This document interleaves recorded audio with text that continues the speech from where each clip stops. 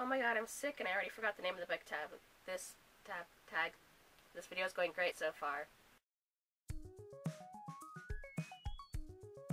Hey, what's up you guys, it's Steph, and today we're here with a tag that I was tagged in 4 months ago. Fuck.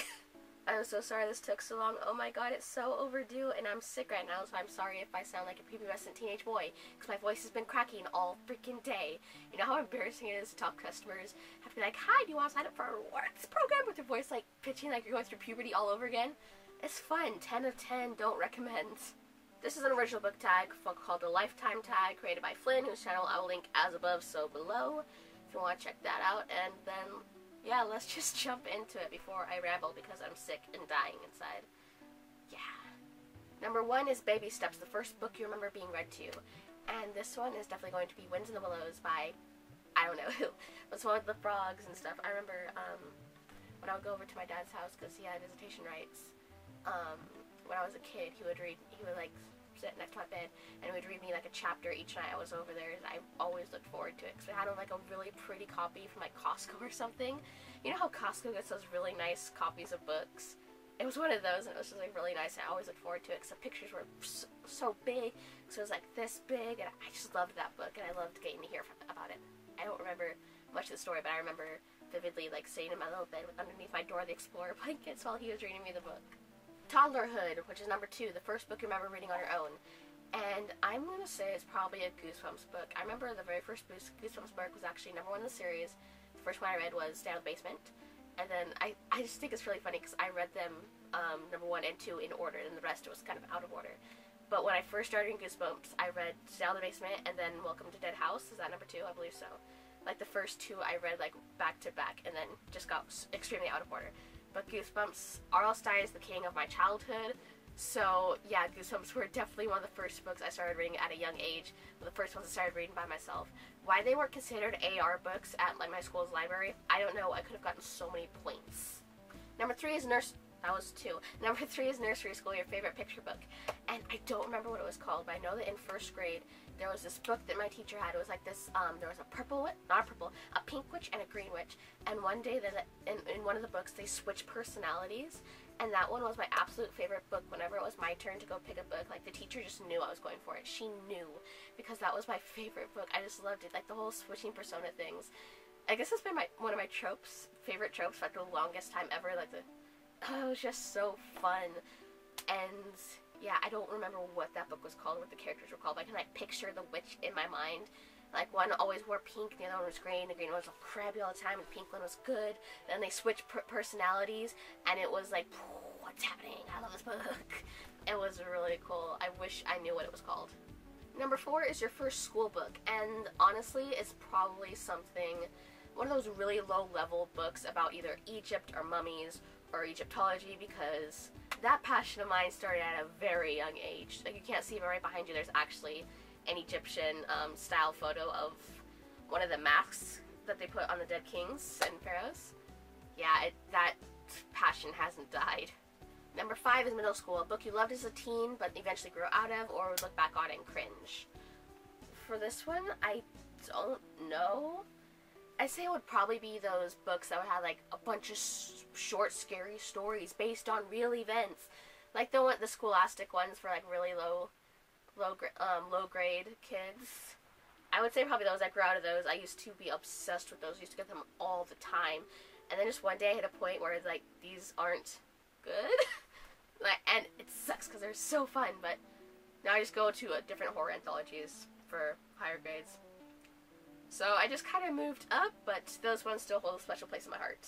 Number 6 is High School, a book that you associate with your first love. And honestly, this boy that I secretly crushed on, I never told anyone I crushed on him. He was really into manga, and he almost always had a manga on him. So whenever I look at a manga or like just see a manga, I honestly think of him. So yeah. Number 7 is University, the longest book you've ever read. And honestly, I think it's still Harry Potter and the Order of the Phoenix. Although I do want to read It by Stephen King, and that one's over 1,000 pages, isn't it? I think. Somewhere around there, something crazy numbers. I want to read that one, but I think at the moment it still stands as Harry Potter Order of the Phoenix. Number 8 is a book that No, number 8 is A Job, a book that made you tired, and I forgot to even grab it when I was getting the few books that I had physically with me on my to do this video. But it's Undead with Benefits by Jeff Hart. The first book was really good. Eat Brains Love by Jeff Hart was really good. I really loved it. I filmed a video review of it last year before I knew how to do reviews, where I had like cold jello and like made it look like I was eating brains or something. But this second book is just dragging. I'm not enjoying it as much. We've got the whole jealous girlfriend, weird psychic thing going on. I'm just not enjoying it as much. It's not as fun. It's a lot longer than the first one too. It's just like, Number 9 is Number 9 is Vacation, a book that you finished way too quickly. And I'm gonna go with a very recent read that I've been talking about. Last week it was all the videos on my channel, and that's Dear Evan Hansen. I read this book in one sitting, like one day. I loved it so much. Just the story. I love the musical. I love the book. It's a beautiful companion. It adds so much to the story. Like, it just follows it so well and it adds so much, and I loved it so much. And I finished it way too quickly. I would have loved to just like drag it out, even though I knew what the story was. If we could only turn back time, I would take like a much slower approach to this book, and just I want to read it all over again. Which leads into the next question. Heyo, segue. Number 10 is Retirement, a book that you can read over and over again. And it's this baby. I just loved seeing more into Connor's perspective and all that jazz. And if you want to know more, I did a full review, spoiler free, and I did a review, reaction, everything kind of reading vlog for this book that I posted on Friday. My spoiler free review went up on Monday, so if you want to check those out, I'll link them down below and in the description. And below in the description, one in the icon, and then one at the end of the video, so you can check it out. Number 11 is Grandparent, a book that you would give your children to remember you by. Grandchildren to remember you by. And for that one, I'm going to say Be More Chill by Ned Bazzini, so that my grandchildren can say, wow, this is that story that Nan always wrote on about. It was really boring. It's not the most exciting book, but like I always say, everything that has stemmed out of this book, just looking at the comparisons between the book and the musical, and now the movie, we're going to get a movie, I'm not okay. Just like all these things that this book has spawned, it makes me love it so much, like so freaking much. Number 12 is Senior Citizens Home. Tag some fellow booktubers who you would share your pudding with. And yeah, I've chosen 4 or 5 people. And honestly, these people I've been watching a lot recently, but I've been doing a lot of ghost watching as well, so I'm sorry I'm not commenting as much. I've just been like super stressed out with the fact that I just had to get a new phone. And my phone died a week before I got paid, so I had no phone for a week, and then there's so much other stuff that's been like super stressful. So I've just been ghost watching and not commenting because my brain feels like it's gonna melt out of my ears at times. Yeah, I'm sorry I haven't been commenting on your videos, but I have been watching a lot of booktubers recently that go on like that, so I'm just gonna tag some of them right now. Ooh, I have to look at my paper because I don't remember names. So I'm going to be tagging Luicity, Etu Brody, Reading with Ryan. Oh my god, I have to look at my paper again. Liberty Labra and Ali M Books. Those are the 5 people I am tagging in this tag. I hope you guys enjoy it. If this seems random because we never talked before, I watch your videos and I'm a shy person. Hi!